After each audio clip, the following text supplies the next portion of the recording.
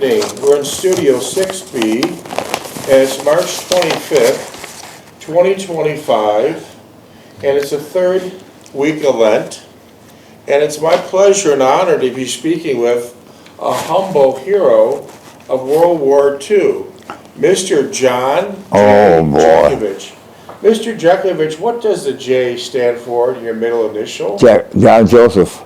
Well, it's my pleasure and an honor to be speaking with a humble hero, John Joseph Jeckovich. Mr. Jeckovich was in World War II, and he was in Company H, the 2nd Battalion of the 291st Regiment of the 75th Infantry Division of the U.S. Army during World War II. Mr. Jeckovich believes yesterday is history, tomorrow is a mystery, and today is a gift. Wow, that's something nice. Mr. Jeckovich during World War II was a teenager, and the last battle he was in was the Battle of Bulge, which was great casualties. The 106 lost about 98%. And Mr. Jeckovich, during the wartime, he was shot up by a sniper, beat up, stabbed, trench foot, frostbite. Lost a hip, and still bombed. Which he still has shrapnel in his leg. If he'd go to the airport, all the alarms would sound, picking up the metal. That dirty bomb is, let me explain on a side note what it is. The Nazis would put in this bomb razors, bolts, nuts, tools, anything that could scatter a long distance and cause great harm. That same bomb took off the head of one of his best friends in World War II, another teenager named Donald Lake. Only thing that was hanging from his ear was his glasses. Everything else was gone. Mr. Jeckovich closed Donald's eyes, removed the glasses, got one dog tag, and sent a nice letter to his mother and father. So war is a horrible thing. We've had wars from the beginning of time, and unfortunately we'll have wars for thousands of years to come if the world can sustain. Who knows? Wars are going to be fought a lot differently now than they were in World War I and World War II. A lot more casualties, right? A lot more casualties. Mr. Jeckovich wrote a book titled Their Mother's Sons, and that's about Mr. Jeckovich taking care of his mother once his father passed away, working very hard, 3 jobs, to give his sons a better life. Mr. Jeckovich's father, named Marion Jeckovich, was a legal immigrant from Russia, came through Ellis Island, and worked very hard to provide his family with a better life. Age 43 was the end. He died. That was it. So at that point, Mr. Jeckovich wrote a beautiful book. How many pages? 849. 849, a beautiful, well-written book. Great history, lots of names. Mr. Jeckovich can remember even his kindergarten teachers. He's got a great memory, and his mind's like a library. So if you want to ask him any questions, please do. Text him at 678-313-4462. 678-313-4462. And the reason why Mr. Jeckovich is called a humble hero, most of the true combat vets during World War II were all humble heroes. They never talked. Only one that did the talking was what? The rear echelon. Yeah. Rear echelon never seen war. They were bringing supplies, but they didn't fight. So they're all called humble heroes. What a great generation. And moms, if we don't toughen up these kids today, these last 2 generations have been really, really weak. We'll probably lose the next war if you don't toughen up your kids and stop making sissies out of them, for God's sakes. That's another day. That's another issue. But the interesting part of today's reading is that Mr. Jeckovich is delivered all these Polish newspapers, right? What? Mr. Jeckovich, you delivered all these Polish newspapers when you were Yeah, there. yeah. You lived in a great Polish community. Yeah, Polish Unit Lasinski. Yeah. And how many papers did you have? How many? 150. And did any of the Polish customers speak English? Yeah, most accent, well, an accent, yeah. So you were in a predominantly Polish neighborhood. Yeah. That's interesting. So when Niagara Falls, New York, at that time was separated by the Italians and the Polish. And there was a few Greeks, right? But primarily Polish and Italian. Well, they had Italians on Forest Avenue. Yeah, Forest Avenue. They call that Little Italy now. But wonderful, what a wonderful town it was 100-some years ago. It was thriving, it was booming. There was mansions all along the river. Now, what is it like now? It's a dump. It's gone. Yeah, yeah. There's not one decent thing you can say. No, no. They have that beautiful falls and trying to use it to its best as a tourist resort. They don't. Canadian took over, and Canada has a beautiful, beautiful property on Niagara Falls, Ontario. It's like you're going to Disney. Yeah. So the reason why I'm bringing up the Polish today is because today, as we said, is the third week of Lent. And this, we're talking about Mr. Jeckovich was in all kinds of battles, but at the end he broke into all the gates. We released the Holocaust prisoners, released prisoners of wars, and it wasn't a nice sight. You would never, don't even talk about it. It wasn't a nice sight. But what did they tell you when the prisoners are getting released? Don't feed them. Yeah. There were horrible conditions. But being that this is Lent, we're going to talk about a beautiful Polish now saint. It's a short story, but Mr. Jeckovich knows about it, and I'm going to read it and share it with others. Oh, by the way, that book is really beautiful. How much is it selling for? Not sorry. It'll never sell. It'll never be about money. Mr. Jeckovich does not need money, and that book is never going to be for sale. That's him sharing life experiences for this generation to have an easier life. To have an easier life. That's all it's about. To have an easier life. So if you ever have questions for Mr. Jeckovich, once again, his mind is like a library. Text him or call him. It's 407-366-0000. And that's all it's about, sharing. This is a short story, but it's about a wonderful Polish priest. A wonderful Polish priest. And it's short, and I'm going to read it. It's in honor of the Polish neighborhood that Mr. Jeckovich lived in. This is called the Saint of Auschwitz. When a fellow inmate was condemned to die in a concentration camp, the Polish priest selfishly offered to take his place. Now the basis of the story was this. They did roll call, and they found out one of the prisoners was missing. It could have been a bad count, or it could be missing. Who knows? It's complete chaos in those camps. So what took place then was the head of the camp, the commandant, he randomly picked out 10 people. He says, because that guy's missing and we can't find the count, you're all going to go in this little cement box, no lights, 21 minutes. Completely filth in there, randomly pick 10 people, girls, kids, men, ladies, and you're going to sit in there for 10 days until you die. You'll never be fed, you won't have light, and you'll die. So here's how the story goes. The fugitive has not been found. We don't know if the missing person was a fugitive. Complete chaos in those camps.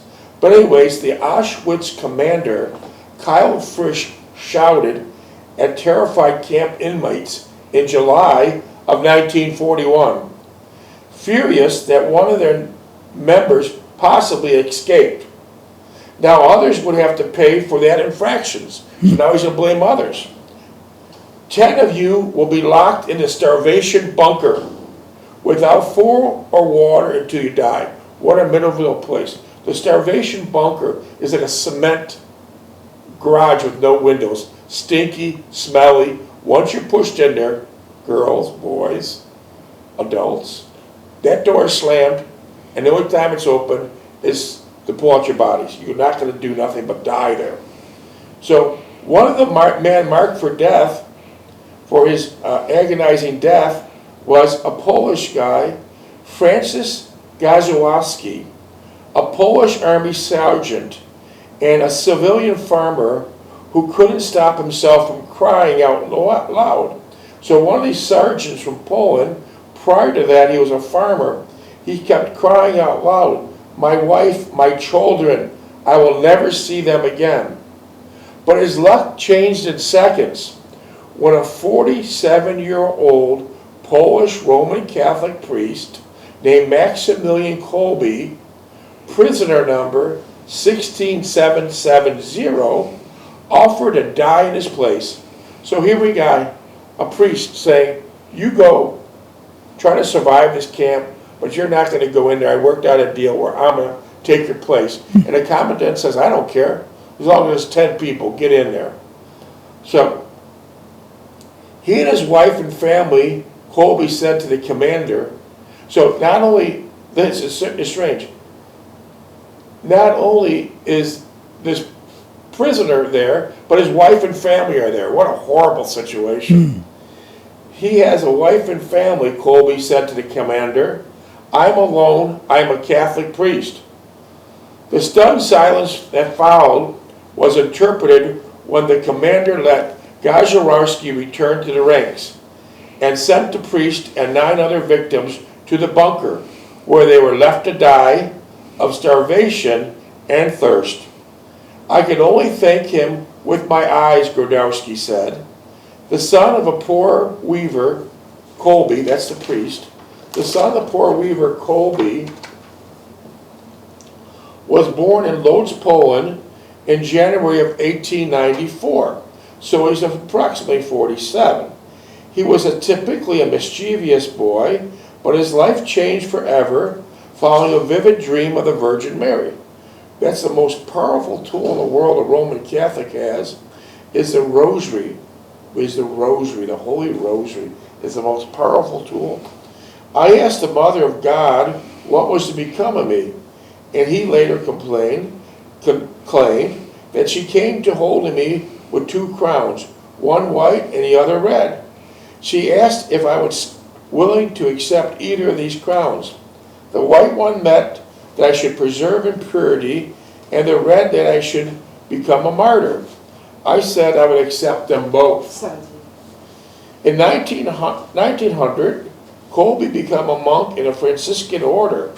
He studied in Rome, taught church history in a Polish seminary, and built a friary near Warsaw.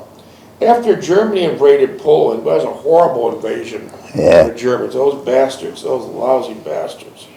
After Germany invaded Poland in 1939, and his fellow friars established a shelter for Polish refugees, they invariably aroused suspicion from the Nazis, who closed the friary in 1941 and sent Kolbe and 4 others priests to Auschwitz.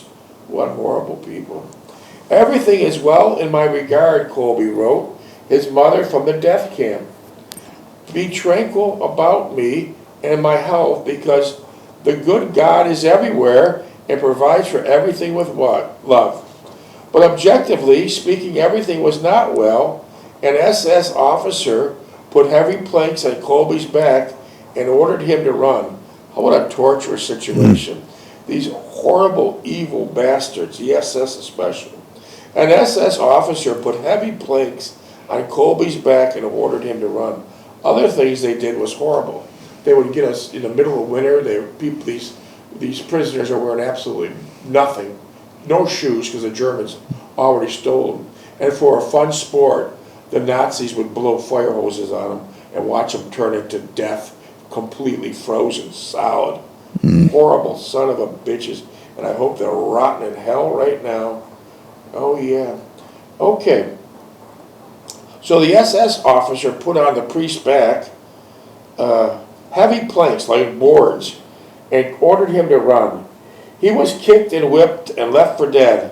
In response to Kolbe's prayer for his tormentors. Kolbe prayed for his tormentors.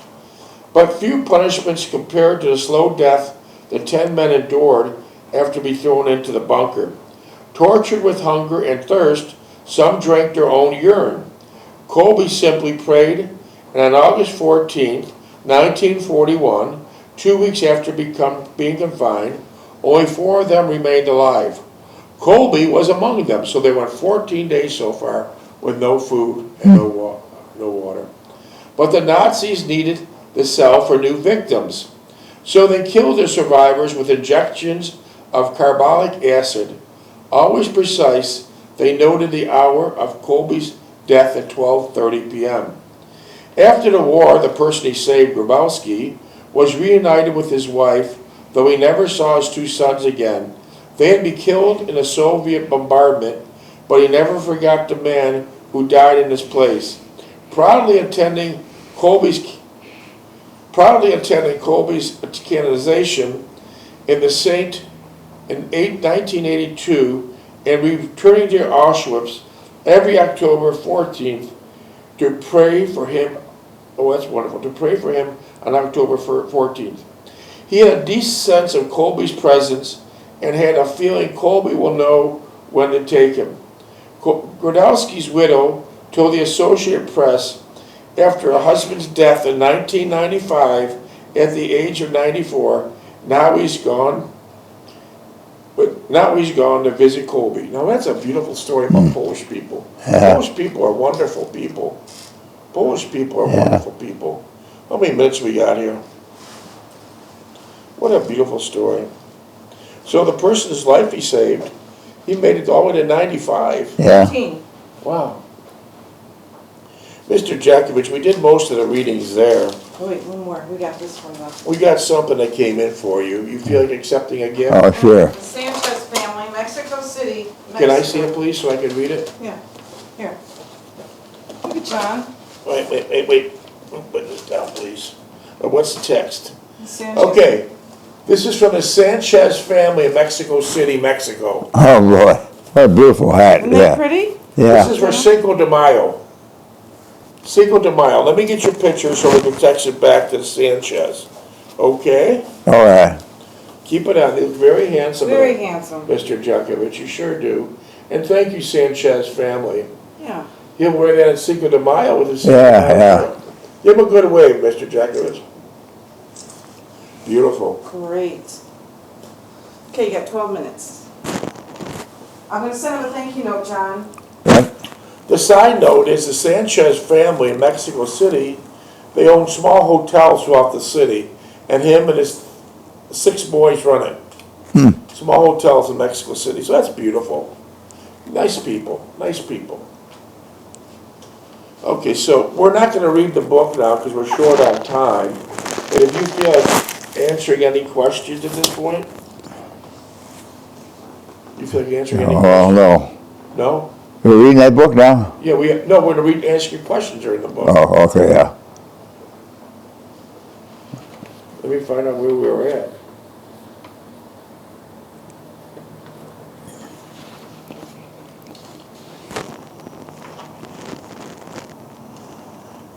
Mr. Jeckovich, what was the happiest time of your life? Well, I was a youngster. Youngster, beautiful, I like that. Mr. Jeckovich, what grudges do you hold? What? Grudges do you hold? What grudges? I don't hold no grudges, I don't no. think you did. I don't think you did. These are not my questions. They're coming in randomly. If you don't feel like answering them, don't answer them. Mr. Jeckovich, during your younger years, have you strayed the same? Have you strayed during your younger years? Have what? Have you strayed? Have you been doing things in your younger years that might have been illegal or something? No. Mr. Jeckovich, what is the wisest decision you ever made in your life? Stay alive. Oh, by the way, Mr. Jeckovich was born in 1925. Now we're in 2025, and 2 interesting points. Mr. Jeckovich said he blinked his eyes at 20, and now he's about 100. So boys and girls, it's a short dance around the sun. Enjoy it. So Mr. Jeckovich blinked his eyes at 20, and now he's 100. By saying that, it goes fast, right? Oh, yeah. You blinked at 20, where are you? 100. So in this year, 2025, Mr. Jeckovich is knocking on the door of 100 years old.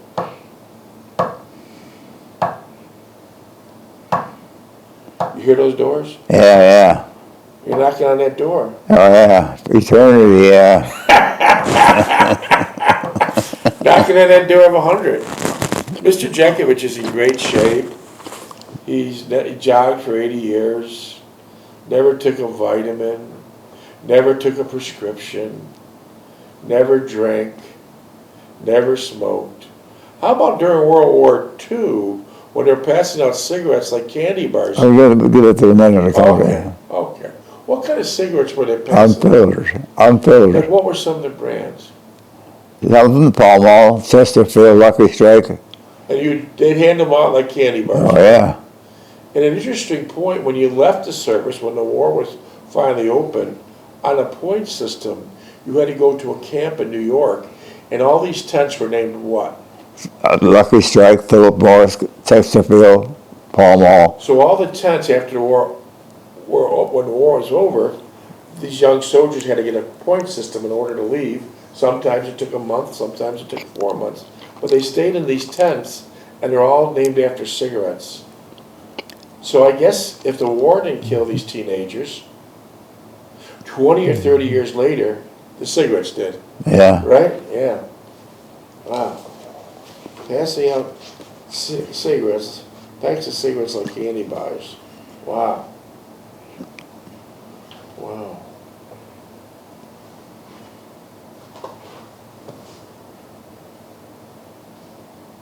Mr. Jeckovich, how do you feel about women going to college and getting a career?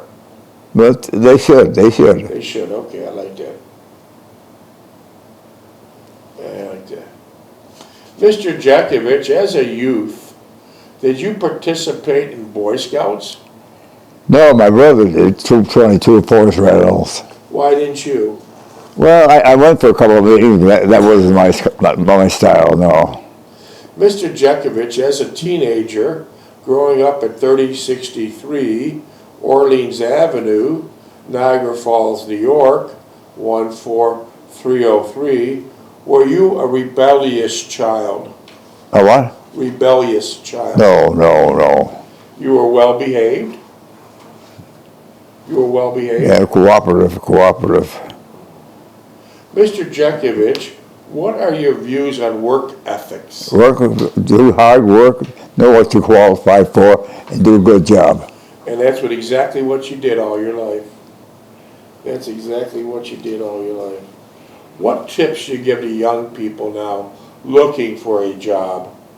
What the tips are? Yeah, what tips you give young people? Make sure you're qualified for it, because it's all merit system now. Merit system, right. Yeah. Mr. Jeckovich, you went to Niagara Falls High School, and simultaneously you went to Trot Vocational High School. You split the high school up during the day. Mornings at Niagara Falls High School? Niagara Falls High School and Trot Vocational. Okay. How did you go about, in those two high schools, how did you go about selecting your friends? In those schools? Yeah. It's a mutual thing. So you selected nice friends? Well, several, yeah. But the drinkers and the hellraisers you wouldn't associate with. Yeah, say again? The drinkers and the hellraisers you wouldn't associate with. Yeah.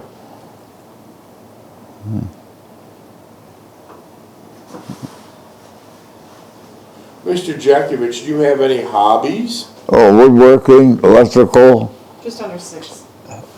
fixing around the house, That was all reading. Reading. Tell us about the books. This is interesting. About your book month club when you were a little boy. Tell us about how you'd have to run to the mailbox. Tell us the story. Well, if it was Book of the Month Club, yeah, I used to get the book. Well, my mother come later after I grabbed the book out of the mailbox and put it underneath the bed. Why did you have to beat your mother to the mailbox? Because she thought I was spending too much money. Wouldn't you imagine a mother today loving a child to read a book? Yeah. You can't read them a book. Yeah. They're on their damn cell phones. Yeah. Mr. Jeckovich, you don't have to answer these questions if you don't want. They're from all over the United States. When you were a child, a youth, Did you break the law? No, Did you ever come close to breaking the law? no. Mr. Jeckovich, you drove for about 80-some years. Did you ever have any cases of road rage? What? Road rage? No. For all those years you're driving, did you ever have a speeding ticket? I had a speed ticket in Pennsylvania. And how'd that go? Well, I got fined $150 Wow. before the judge. How'd that happen? You're usually a pretty conservative driver. Well, I mean, I was only going 2-3 miles over the speed limit. And it hit you hard, right? Yeah. Mr. Jeckovich, what do you know now that you wish you knew when you were a teenager? Be better qualified. Be quite a man. Mr. Jeckovich, when you lived in Niagara Falls, New York, what did you do for fun when you were a teenager? For what? Fun when you were a teenager. Fun? F-U-N, what did you do for fun when you were a teenager? The wintertime was skate, freeze the street, skate, play hockey. Summertime we would go to Fort Niagara. So they're all great physical sports. Yeah. Got you out of the house, indirectly exercising. It's a beautiful thing. Mr. Jeckovich, you went through the Great Depression. What was the greatest hardship you ever endured? I don't think I realized any hardships. My family probably had things to keep going, to take standard of living up high. But you weren't bothered. Yeah, Easter time we had a brand new suit of clothes and everything. You weren't bothered by it. No. I see. Mr. Jeckovich, since you were a youth almost 100 years ago, how do you think society has changed since you were a youth? And it's changed. It's more impersonal, not God-fearing or nothing. So it was much more loving when you were a boy. Yeah. Now it's like anything goes. Yeah, they were looking for the money. Anything goes. You said you never got in trouble with the law, but what was the most mischievous thing you did as a youngster? Did what? We already asked you, you said you never got in trouble with the law as a teenager, but what was the most mischievous thing you did as a youngster? It's Halloween time, we soap the windows up until the garbage cans down. So let me understand that. You take the soap from your house. Huh? Soap, what'd you write on the windows? Huh? What'd you write on the windows? I write happy Halloween, all that And then nonsense. that's the first part, and you said something about garbage. What'd you do with the garbage? Tip the garbage cans over. And that was the end of it, right? Yeah. That was Halloween. Yeah. Was Halloween's real busy then? Well, it was a big holiday. It was a big holiday, How do you yeah. think it compares to now? That's not even recognized. Yeah. Mr. Jeckovich, when you were a child, what was your neighborhood like on Orleans Avenue? Well, it was only 3 or 4 houses on the street at that time. And there were people that bought the houses and they're sole owners of it. They took care of the property and they were real friendly with the other neighbors. Wow. That must have been a beautiful neighborhood. Yeah, it's not today. So you pretty much had a charmed life. Yeah, well, Yeah, a charmed life. You had a wife for 69 years. You grew up in a nice neighborhood. You say the Great Depression didn't bother you. Wow. That's wonderful. How is this city or town of Niagara Falls now? no, I see pictures. It was terrible. They'll shut the thing down and tear it up. It is. Would you ever think of moving back? No. Would you ever think of going back to Bowman Lake camping? Bowman Lake camping, I would, yeah. It looked pretty good, right? Yeah. Wow. Mr. Jeckovich, what was something in your childhood that affected you the most? Something in my child affected me, my father died. And how old was he? Well, 43. Minutes? 30 seconds. That was the biggest thing, right? Yeah. The police brought you to the morgue? Yeah. 2 Old pockets and all that What stuff, they yeah. told you to do. Tell us what they told you to do in the morgue. Yeah. What they tell you to do in the Go- morgue. Go through his... Go through his pockets, yeah. And what'd you find? Are you his son? I said, yes. And well, I found Prince Albert, What a else? can of Prince Albert, and the tissues that rolled it up. and the keys for the house, and that was it. Change, A couple of change, a quarter and a dime or something, no dollar bills. that was it.